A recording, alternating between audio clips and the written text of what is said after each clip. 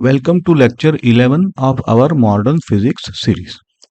आज हम एक ऐसी कहानी शुरू कर रहे हैं जो फिजिक्स की एक डिटेक्टिव स्टोरीज में से है। The story of the atom, वही एटम जिसे कभी इंडिविजिबल माना जाता था और जिसे बाद में इंसान ने तोड़ के उसके अंदर झांक लिया।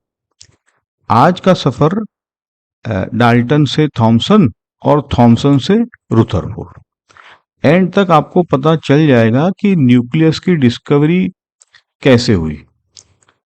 तो उम्मीद है कि आप इसको पेशेंस के साथ पूरा लेक्चर देखेंगे। एज यूजुअल पहले एक रोड मैप दे देता हूं ताकि आपको पता रहे कि हम कैसे और कहां जा रहे हैं। सबसे पहला थोड़ा सा इंट्रोडक्शन है, एटम का आइडिया आया कहां से। फिर डाल्टन की एटॉमिक थियरी है, साल था 1808। उसके बाद थॉमसन का मॉडल, जिसे प्यार से प्लम पुडिंग भी कहते हैं। फिर आता है आज के लेक्चर का हीरो, रुथरफोर्ड का अल्फा स्कैटरिंग एक्सपेरिमेंट। उससे मिलेगा हमें न्यूक्लियर मॉडल और एंड में एक न्यूमेरिकल है, एज यूजुअल जो एग्जाम के लिए लिया गया है, बहुत इंपॉर्टेंट है एग्जाम पॉइंट ऑफ व्यू से। डायग्राम देखो, ये जो प्यारा सा एटम आपको दिख रहा है वो बार बार दिखने वाला है। इसी में समझो कि छुपी हुई है हमारी पूरी स्टोरी। ठीक है, तो आगे बढ़ते हैं। ये सबसे पहला पार्ट है, इंट्रोडक्शन। एक बात बताता हूं जो अक्सर सोचते नहीं लोग। ये आइडिया कि मैटर छोटे छोटे डिस्क्रीट टुकड़ों से बना है, अब ये कोई मॉडर्न आइडिया नहीं है ना। ये बहुत पुराना आइडिया है और नेचुरल भी है। तो एंशियंट ग्रीस में और अपने इंडिया में भी हजारों साल पहले इसकी बात बहुत अच्छी तरह से हो चुकी थी। और एटम वर्ड आया है ग्रीक से, है ना, जिसका मतलब है इनडिविजिबल। ऐसा कहा जाता है कि ग्रीक ओरिजिन है ये। अब इंडिविजिबल का मतलब है जिसे तोड़ा नहीं जा सकता। लोगों का मानना था कि एटम ही सबसे छोटा टुकड़ा है, मतलब वही गोल घुमा फिरा के, है ना। बस इसमें से और कुछ, मतलब आप उसको ढूंढने जाओ इसके अंदर तो और कुछ नहीं निकलेगा। अब पूरे 19th सेंचुरी में एटम यू कैन से दिखाई, किसी ने देखा नहीं था उसको। फिर भी मजेदार बात यह है कि साइंटिस्ट ने इसका, मतलब इस कॉन्सेप्ट का यूज करके नेचर के जो फिनोमिना है ना, अलग अलग हजारों, एक्सप्लेन कर दिए। समझे आप? अब उसमें हम नहीं जाएंगे, लेकिन ये सिर्फ कॉन्सेप्ट के बेसिस पे। और उनमें से एक नाम है बोल्ट्जमैन। अच्छा, लेकिन फिर कुछ हुआ, पता चला कि एटम के अंदर भी स्ट्रक्चर है और उसे तोड़ा भी जा सकता है। हाँ, ये बात अलग है कि ऑर्डिनरी आपकी जो फिजिकल या मेथड्स है, केमिस्ट्री का मेथड है, उससे नहीं, पर तोड़ा जरूर जा सकता है ना। ये देखो, एरे ऑफ एटम्स। तो आज क्या है? आज हमारे पास स्कैनिंग टनलिंग माइक्रोस्कोप, बहुत ही एडवांस टेक्निक है, अच्छे अच्छे लैबों में है, जिससे हम इंडिविजुअल एटम्स की मतलब फोटो भी खींच सकते हैं, जिसको जो कभी लोग देख नहीं पाते थे, जो सिर्फ, पर आज उसका फोटो बहुत अच्छी तरह से, है ना, जो कभी सिर्फ एक फिलोसोफर का सपना था, वो आज फिजिकल रियलिटी बन चुका है। है ना, कमाल की बात। अच्छा अच्छा, अब ये पहले साइंटिस्ट है डाल्टन जिसने एटम को एक प्रॉपर थियरी का रूप दिया, है ना, ये थे जॉन डाल्टन। इनका साल था 1808। डाल्टन ने कुछ पॉस्टुलेट दिए। पॉस्टुलेट का मतलब समझते हो ना आप? पॉस्टुलेट होता है कि जो, और इन 3 पॉइंट्स को आप ध्यान से सुन लो, एग्जाम के लिए तो डायरेक्ट यही है। पहला है, हर मटेरियल छोटे छोटे पार्टिकल से बना है जिन्हें हम एटम कहेंगे। ये अच्छा, डाल्टन के अकॉर्डिंग एटम इनडिविजिबल है एज यूजुअल, ना इसे आप बना सकते हो ना इसे आप तोड़ सकते हो। ये था इनका पॉस्टुलेट। दूसरा है, एक ही एलिमेंट के सारे एटम्स बिल्कुल आइडेंटिकल होते हैं। आइडेंटिकल का समझे आप, मतलब फिजिकली और केमिकली। अच्छा, लेकिन अलग अलग एलिमेंट्स के एटम अलग अलग होंगे। समझे, मतलब ये एटम ही तय करता है कि एलिमेंट कौन सा है। फॉर एग्जांपल, गोल्ड एक एलिमेंट है, सिल्वर एक एलिमेंट है, एक एटम है। ऐसा उसका एटम ही तय करेगा कि ये, समझे आप। और लास्ट है, एटम स्टेबल है और इलेक्ट्रिकली न्यूट्रल है। मतलब एक एटम नेचर में आप उसे छुओ तो आपको करंट नहीं लगता। Normally everything is neutral, that is the nature.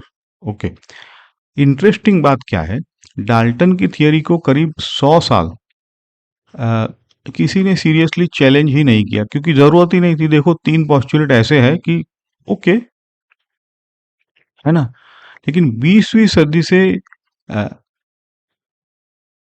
A, game थोड़ा हम कहेंगे कि चेंज होने वाला था, है ना। कैसे चेंज हुआ देखो अब। ये है जे जे थॉमसन, ये गेम इन्होंने बदला।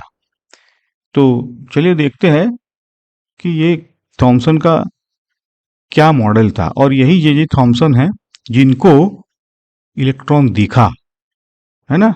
तो समझे आप, तो इलेक्ट्रॉन मतलब वो तो और भी छोटा पार्टिकल था, मतलब आया ये कहाँ से होगा, समझे आप, ऐसा है। चलो देखते हैं। ये था साल 1897, है ना। ये इंग्लिश फिजिसिस्ट है, थॉमसन, जे जे थॉमसन। जैसे कहा, वही है जिन्होंने ये इलेक्ट्रॉन डिस्कवर किया था। अब बिकॉज इलेक्ट्रॉन डिस्कवर हुआ तो एक मॉडल उन्होंने प्रपोज कर दिया। तो थॉमसन ने कहा, एटम को ऐसे सोचो कि ये एक रीजन है जिसमें पॉजिटिव चार्ज पूरे स्पेस में फैला हुआ है और इसमें इलेक्ट्रॉन्स एम्बेडेड है। अब क्यों ऐसा मॉडल दिया? क्योंकि इलेक्ट्रॉन बाहर निकल के दिखा उनको, उन्होंने एक्सपेरिमेंट में। अ, उसके डिटेल में नहीं जाएंगे। तो अब इलेक्ट्रॉन दिखा, इसका मतलब ये एटम के अंदर है, तो ये देखो मॉडल, है ना। अब कैसे उन्होंने रखा, तो बोले बिल्कुल जैसे तरबूज में आप बीज कैसे होते हैं, या पुडिंग में किशमिश लगा लो, है ना। इसलिए इसका नाम ही पड़ गया प्लम पुडिंग मॉडल। 3 चीजें समझ लो। पहला है, ये एक पॉजिटिव चार्ज का स्फीयर है जिसका रेडियस है 10⁻⁻10 मीटर। दूसरा है, ये इंपॉर्टेंट है, इसमें कोई सेंट्रल न्यूक्लियस नहीं है। देखो, पॉजिटिव चार्ज और मास पूरे एटम में एक पेस्ट ना, ऐसा पेस्ट की तरह फैला हुआ है, और इलेक्ट्रॉन उसमें प्लम्स की तरह लटके हुए हैं या रखे हुए हैं। तीसरा है, टोटल नेगेटिव चार्ज बिल्कुल इक्वल है टोटल पॉजिटिव चार्ज के, तभी तो वो स्टेबल है जो नेचुरली हमें दिखता है। इसलिए एटम को न्यूट्रल बनाने के लिए ये तीसरा है। तो मॉडल तो ठीक ही था, है? लेकिन शुरुआत का मॉडल था तो प्रॉब्लम तो आने ही वाली थी। नेचर इतना आसान भी नहीं है ना। अब देखो, अब ध्यान से देखो, हाँ, इसको आप लोग समझो, क्योंकि यहाँ पे नहीं समझते कई स्टूडेंट। तो देखो ध्यान से, इस मॉडल में जो पॉजिटिव चार्ज पूरे एटम में फैला हुआ है, मतलब हर जगह थोड़ा थोड़ा, मतलब डाइल्यूटेड है। अच्छा, और इलेक्ट्रॉन्स, वो तो बहुत ही लाइट है। नेचर का सबसे लाइट कोई पार्टिकल है हमने इंसानों ने, तो वो है इलेक्ट्रॉन, जो स्टेबल है। तो सोचो, अगर मैं इस एटम पे एक भारी, मतलब तेज पॉजिटिव पार्टिकल फेंक के मारूं तो क्या होगा? तो इस मॉडल के हिसाब से तो वो पार्टिकल सीधा निकल जाएगा, बिल्कुल स्ट्रेट। क्यों? क्योंकि अंदर ऐसा कुछ है ही नहीं जो उसे वापस धक्का दे सके। इलेक्ट्रॉन तो इतने हल्के हैं और पॉजिटिव चार्ज इतना स्प्रेड हो रखा है कि स्ट्रॉन्ग फोर्स मिलता ही नहीं है। पॉजिटिव चार्ज है लेकिन देखो फैला हुआ है, और ये अपना पार्टिकल तो बड़ा भारी है। तो यही सोच है, यही प्रिडिक्शन है 1911 में। अ, बस ये सोच को लेके चीजें होने लगी। ये चीजें, ये न्यूजीलैंड में बहुत बड़ी लेबोरेटरी थी। और वो फिजिसिस्ट थे अर्नेस्ट रुदरफोर्ड। उन्होंने ऐसे एक्सपेरिमेंटल रिजल्ट पब्लिश किए जिन्हें, अब ये जो हमारा एक्सप्लेनेशन है वो एक्सप्लेनेशन ये मॉडल नहीं दे सका। तो मतलब असली सवाल ये था जो रुदरफोर्ड ने एक्सपेरिमेंट किया, क्या हो अगर हम एक पतली फॉइल ले ले, उस पे भारी और तेज पॉजिटिव पार्टिकल फेंक के मारे, हाँ, और देखे वो जाता कहाँ है। अब ये सवाल क्यों आया? क्योंकि देखो मॉडल उन्होंने दिया है, अगर ये मॉडल सही है तो सीधा जाना चाहिए हल्की पार्टिकल, है ना? तो ये जाता कहाँ है? तो चलो वही देखते हैं कि ये जाता कहाँ है। तो ये है मेन इवेंट आज के लेक्चर का, रुदरफोर्ड का अल्फा स्कैटरिंग एक्सपेरिमेंट। तो इसमें ना सबसे पहले आप ये सेटअप समझ लो, क्योंकि पिक्चर आपका क्लियर होना जरूरी है। देखो लेफ्ट साइड पे एक थिक लीड बॉक्स है जिसमें रखा है एक रेडियो एक्टिव सोर्स, पोलोनियम कहते हैं। अब आजकल तो बहुत ही सोफिस्टिकेटेड हो गए, लेकिन बेसिक ये है। तो इस ये सोर्स ही है अल्फा पार्टिकल का सोर्स, मतलब यहीं से अल्फा पार्टिकल निकलता है। और याद ये रखना कि अल्फा पार्टिकल असल में हीलियम का न्यूक्लियस होता है, पॉजिटिवली चार्ज्ड है। अच्छा, अब लीड स्क्रीन में एक छोटा सा होल है। अब इसका काम क्या है भाई, है ना? तो अ- ये सिंपल नहीं होता है, ये सोफिस्टिकेटेड बनाया जाता है। तो इसका काम है अल्फा पार्टिकल्स का एक पतला सीधा बीम बनाना। इसे कहते हैं कोलिमेटेड बीम। अब ये बीम जाके टकराता है बहुत पतली गोल्ड फॉइल से। अब गोल्ड ही क्यों, पतला क्यों, है ना? क्योंकि अगर थीन है बहुत, तो बहुत सारे एक एक के पीछे एक एटम लगे होंगे, है ना? तो पतला। अब गोल्ड इसलिए क्योंकि उसे बहुत पतला ट्रांसपेरेंट शीट में हम दबा दबा के बनाया जा सकता है। समझा? अच्छा, जब अब अल्फा पार्टिकल इस फॉइल से गुजरते हैं तो वो अलग अलग एंगल पे स्कैटर हो जाते हैं, जैसे दिख रहा है। अच्छा, अब ये इन्हें काउंट करने के लिए ये जिंक सल्फाइड बोलते हैं स्क्रीन, ZNS लगाया गया है। ये मूवेबल है, इससे हम 0 से 180 डिग्री तक कहीं भी आप रोटेट कर सकते हो। अब जब कोई अल्फा पार्टिकल इस स्क्रीन पे टकराएगा तो छोटा सा फ्लैश ऑफ लाइट निकलता है ना? और इसको आप समझ लो माइक्रोस्कोप से या किसी, ये काउंट किया जाए, फ्लैश हुआ तो दिखा तो काउंट कर लिया, ऐसा। और ये जो एंगल थीटा है ना, यही हमारा स्कैटरिंग एंगल है। याद रखना इसे, क्योंकि यही तो फॉर्मूला है इसका, यही तो बेस है ना? अब देखो इसके रिजल्ट की चर्चा करते हैं। सेटअप तो समझ लिया। अब देखो यहाँ पे रिजल्ट में 3 ऑब्जर्वेशंस थे जो कि हार्ट है। हाँ, पहला है, ज्यादातर अल्फा पार्टिकल सीधा निकल गए। ठीक है, क्योंकि एक्सपेक्टेड था। बिल्कुल थोड़ा सा ही मुड़ के, जैसे कुछ था ही नहीं रास्ते में। दूसरा है कि कुछ पार्टिकल्स, कहते हैं करीबन 1 in 8,000 90 डिग्री या उससे ज्यादा मुड़ गए। तीसरा है सबसे सबसे इंटरेस्टिंग, कभी कभार एक अल्फा पार्टिकल बिल्कुल वापस ही आ गया, ऑलमोस्ट 180 डिग्री का डायरेक्शन, सीधा बाउंस बैक उल्टा। तो ये देखो, अब देखो, तो इन इन ऑब्जर्वेशन को लेके रुथरफोर्ड ने क्या कहा? तो उन्होंने कहा था, ये उतना ही अनबिलीवेबल था जैसे आप टिश्यू पेपर की एक शीट ले लो, उसके ऊपर एक शेल, मतलब एक बड़ा सा गोला ना, फायर का गोला दाग दो और वो वापस आप ही की तरफ मुड़ के आए है। ये कहा था उन्होंने एक्सपेरिमेंट को देख के। तो सोचो, इतनी भारी इतना तेज पार्टिकल वो वापस मुड़ने के लिए कितनी स्ट्रांग फोर्स चाहिए होगी, और वो फोर्स एटम के किसी बहुत छोटे रीजन में से आनी चाहिए। समझे कि नहीं आप? क्योंकि बाकी सारे तो सीधे चले गए। तो बस यही है, यहीं से कहानी टर्न ले लेती है। देखो उन्होंने क्या कहा था, एक भारी गोला अगर आपकी तरफ वापस आया मतलब क्या हो? तो यही है एसेंस कहानी का। ओके।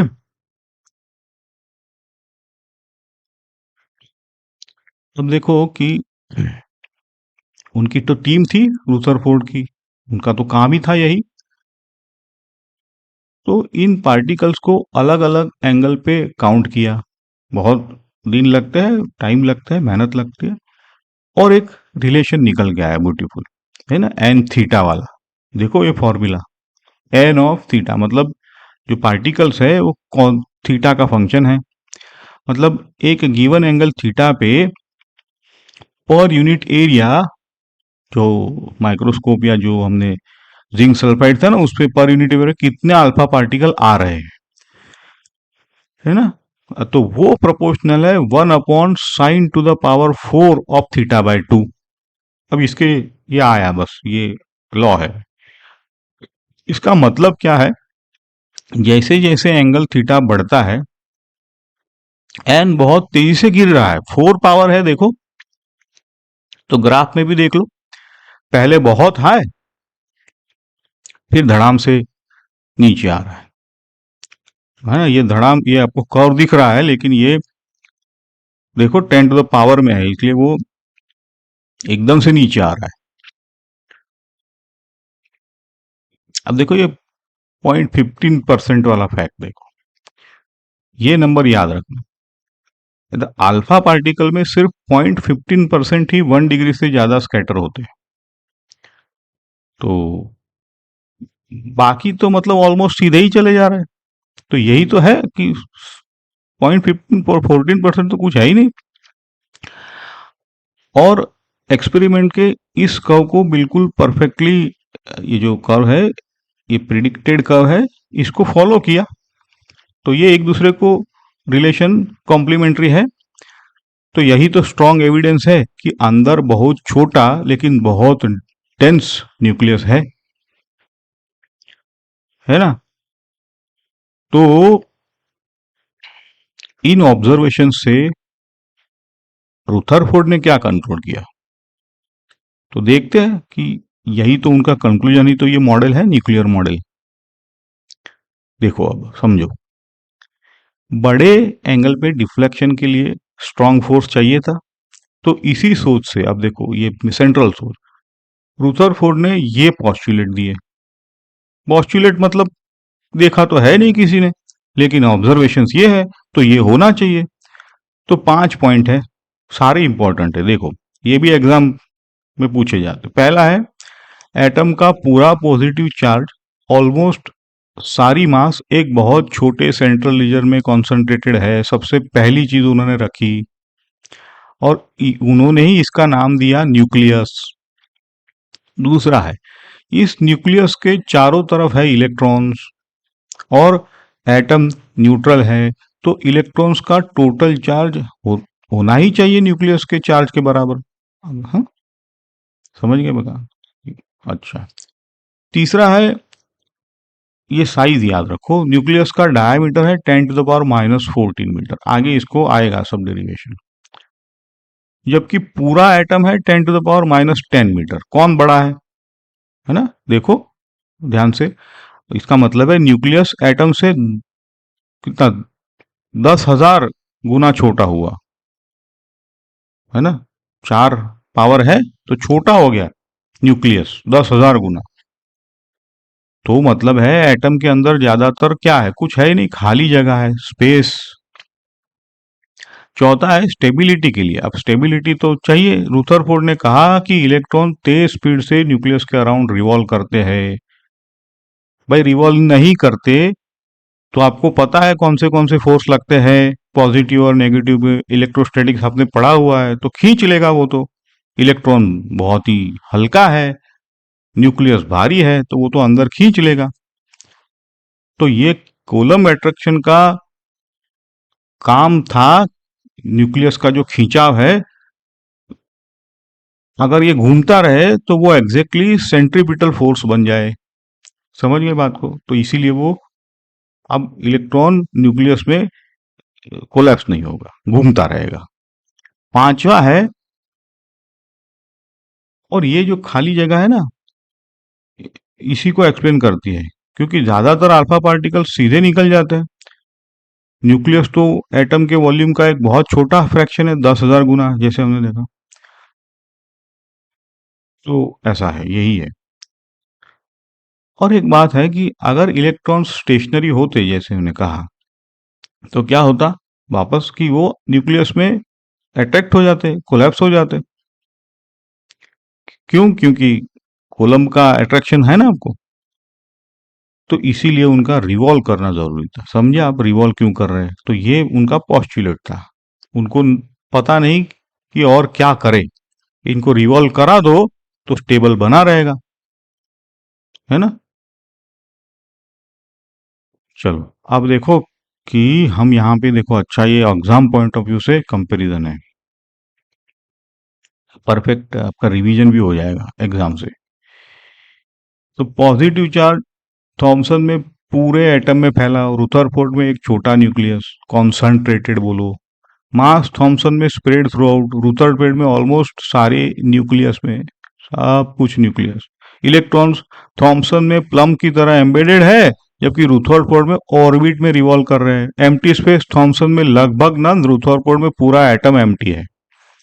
और अल्फा स्कैटरिंग, थॉमसन का मॉडल सिर्फ छोटे डिफ्लेक्शन प्रिडिक्ट करता है, रुथरफोर्ड का मॉडल वो सारे बड़े बड़े और बाउंसिंग बैंक वाला ये भी एक्सप्लेन कर देता है। तो बेसिकली न्यूक्लियस की ये जो डिस्कवरी है, उन्होंने थॉमसन के मॉडल को सारी कमियां जो है वो पूरी कर दी, दूर कर दिया, है ना? लेकिन और भी बहुत कुछ है जो थॉमसन नहीं समझा पाए, अरे रुथरफोर्ड नहीं समझा पाए। देखते हैं अभी। अभी पहले क्या करेंगे कि थोड़ा यहाँ पे आप हाथ गंदा कर लीजिए। ये टाइप एग्जाम में आता है, तो इसको ध्यान से आप देखिए। प्रॉब्लम ये है कि गोल्ड फॉइल के साथ एक अल्फा स्कैटरिंग एक्सपेरिमेंट में 60 डिग्री पे स्कैटर होने वाला पार्टिकल, इनकी संख्या है 100 पर मिनट। हमें निकालना है 90 डिग्री पे कितने पार्टिकल्स पर मिनट स्कैटर होंगे। सीधा फॉर्मूला का एप्लीकेशन है ना? तो हमें पता है जो लॉ हम एन वाला था ना, उसको लिख सकेंगे के upon sine to the power 4 theta by 2 equal, मतलब के तो कांस्टेंट है, कुछ भी हो सकता है। अब क्या करेंगे, स्मार्ट काम यही है, दो एंगल्स का रेशियो लेंगे ताकि ये जो कांस्टेंट है वो कैंसिल हो जाए। ये तो हम बार बार करते आए हैं। तो N at 90 divided by N 60, तो ये sine to the 4 of 30 degree, 30 क्यों, थीटा बाय 2 था, तो इस और अपॉन साइन टू द 4 45, है ना, 90 का थीटा बाय 2 ऐसा। तो 90 मत ले लेना, 60 मत ले लेना, है ना, 30 और 45, ध्यान रखो θ/2 है। अब वैल्यूज डालो, साइन 30 होता है कितना, हाफ, साइन 45 1, सॉरी 1/√2 होगा।